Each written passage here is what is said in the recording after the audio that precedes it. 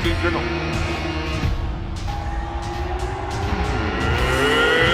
It's SummerSlam!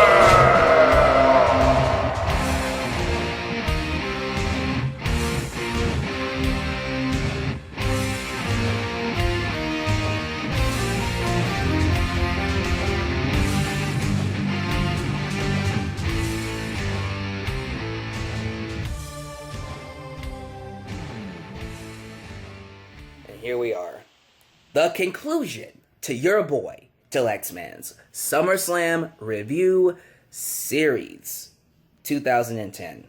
The year, if I dare say, of Super Cena. Oh my goodness. And was it ever prevalent on this show? I will not be re-reviewing shows 2011 through 2017. I've already done reviews on them. Check them out. When it comes to 2010 SummerSlam, it was centered around the Nexus. During this time, WWE premiered a show called NXT. Now, it's not the NXT we have nowadays. Oh my god, it's a far cry from that. This show was a joke. They brought in these rookies, newbies, although Bryan Danielson was far from a freaking rookie, but whatever. And they had random WWE superstars be their pros. And throughout the show, they completely mistreated this batch. They made them do obstacle courses, and it was such a poorly booked show. What came from that was the Nexus angle. All 8 members showed up on a random episode of Raw. I think it was a 3-hour Raw, too. They ended up invading Raw, attacking John Cena and CM Punk and anybody else that was inside the ring. Destroys the entire ringside, including the ring itself. Attacked the timekeeper, attacked the officials, attacked Justin Roberts. I think they attacked the commentators. I think they did. They attacked Jerry, and Michael Cole got the hell out of there. Awesome debut. Got the wrestling world talking. 24 hours later, Daniel Bryan is released for choking out Justin Roberts, which began my YouTube career. The very first YouTube video I did on this channel was a rant on WWE releasing Daniel Bryan over some BS. You're not supposed to choke anybody out during a PG... choke slam. Some sponsors got pissed off that Bryan choking Justin Roberts was not PG, and so they had to release him. They brought him back, but if that didn't happen, I wouldn't be here today. Now would I? So I guess in the end, everything happens for a reason. Unfortunately, I wish things were different for the show itself. Let's just get to it. The details for 2010 SummerSlam are 2 hours and 55 minutes, so basically 3 hours. It premiered August 15th, 2010, Staples Center, the second year in Los Angeles, California. Attendance was 17,463.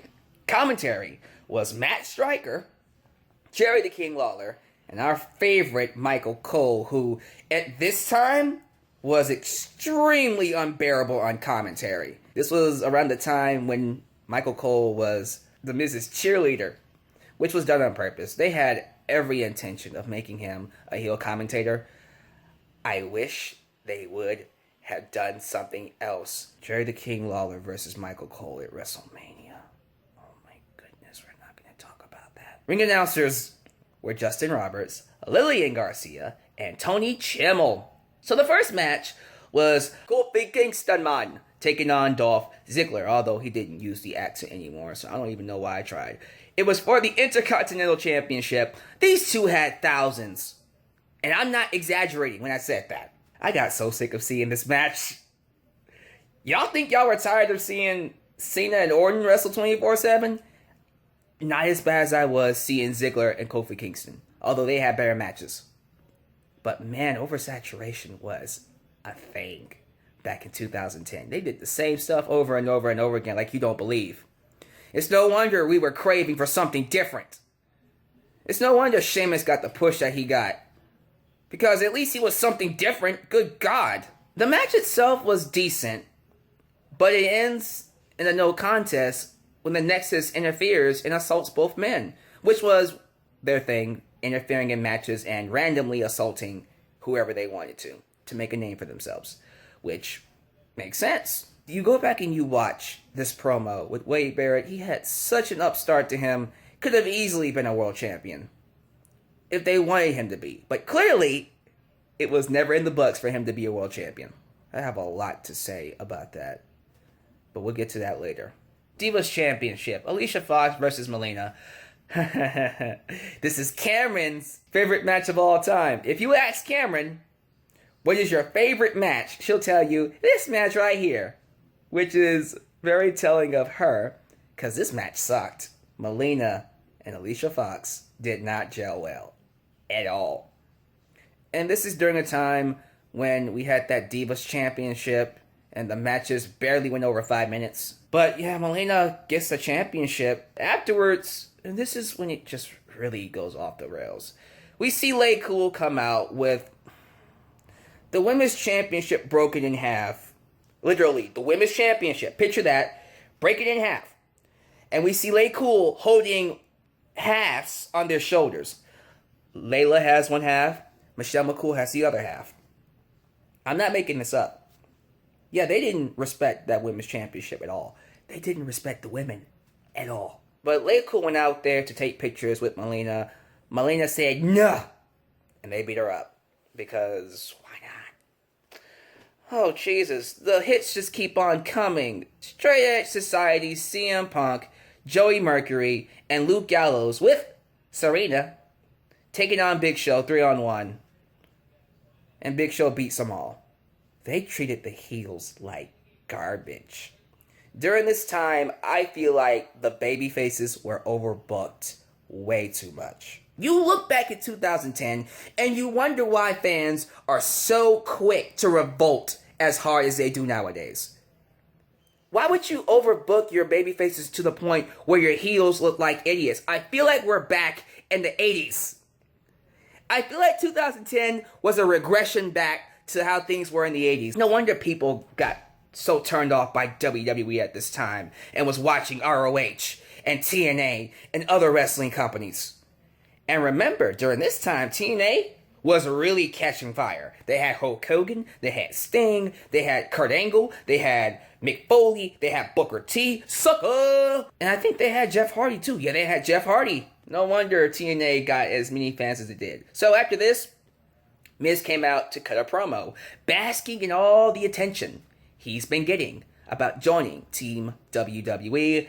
In the end, he decides to join the team and vows to lead them to victory, which doesn't come to pass.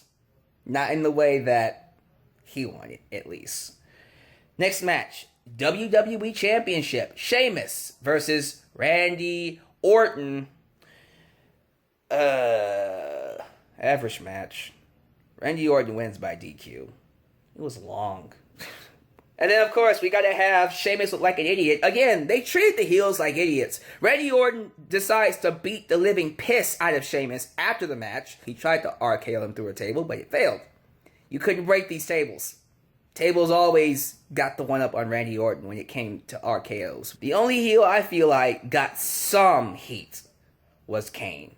He took on Rey Mysterio for the World Heavyweight Championship. The match itself doesn't matter because you're not going to get a good match out of those two. They never really had any good matches, I don't think. But afterwards is when the fun really started. So, post-match, Kane tells Rey Mysterio he's going to pay with eternal suffering for what he did to The Undertaker. This is during that time when Undertaker was in a vegetative state.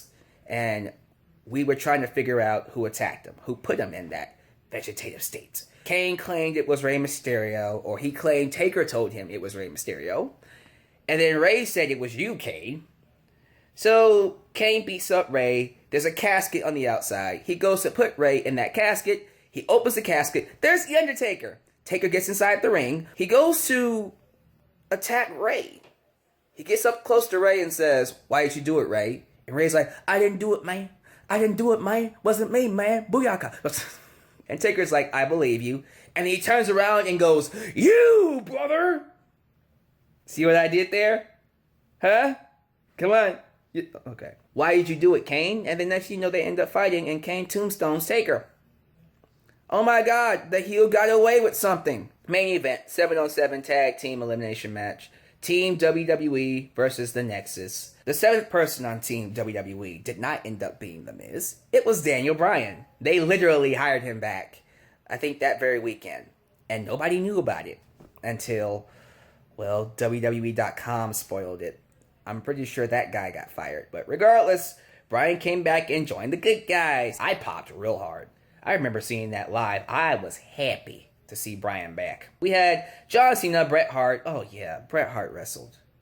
Oh my god, why was he wrestling at this time? Chris Jericho, Daniel Bryan, Edge, John Morrison, and R-Truth. What a team. Versus Wade Barrett, Darren Young, David Otunga, Heath Slater, Justin Gabriel, Michael Tarver, and Skip Sheffield, who we will later claim or rename Ryback.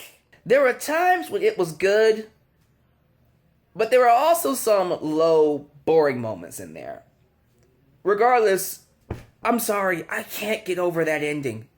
That ending really killed it for me. I hated that finish.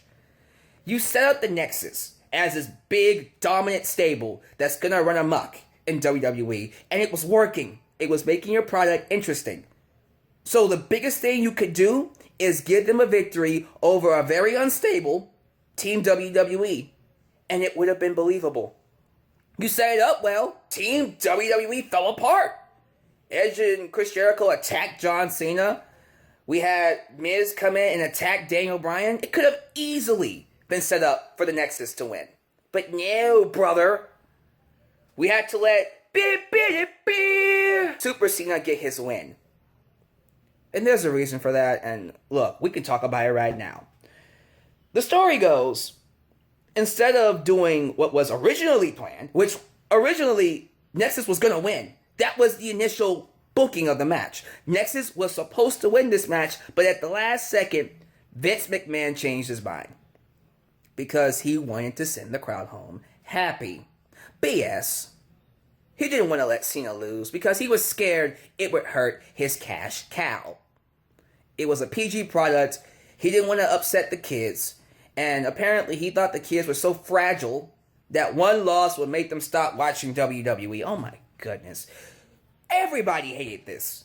Everybody hated this. Even the people backstage, the men in the match, thought this was a bad idea. Everyone thought this was a bad idea. Chris Jericho talked about it on his podcast. He said it was dumb.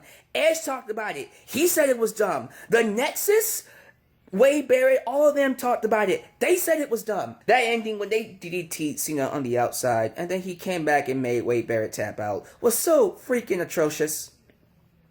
And it pisses me off now because if they would have won the match, we could have built Wade Barrett as a world champion. By the way, Wade Barrett never won that world championship. And he should have. Could have easily done it this year too, if he beat John Cena and Team WWE. Could have gotten this all the way to WrestleMania. Could have. But what did we do? We just fed Wade Barrett to John Cena. And then we got the core. And then we got New Nexus with CM Punk. It just died. Because WWE would not give it a shot to work. It just came at the wrong time. If the Nexus angle would have been maybe done in 2008, even in 2007, I'm sure the Nexus would have won. But you happen to appear in one of the worst years in WWE, 2010, and they wonder why fans revolted hard in the next upcoming years. This is why. That's my thoughts. Give me your thoughts about this show down below. I'm just going to go do something else because the more I think about this show, the more I talk about it, the more upset I'm getting. So, there you go. That's my SummerSlam review series. I will see you this Sunday for SummerSlam 2018. Give me your thoughts on this show. Thank you for watching my series. What is your favorite SummerSlam? But until next time, this is your boy, Deluxe Man, signing off. Have a good one. I'm out.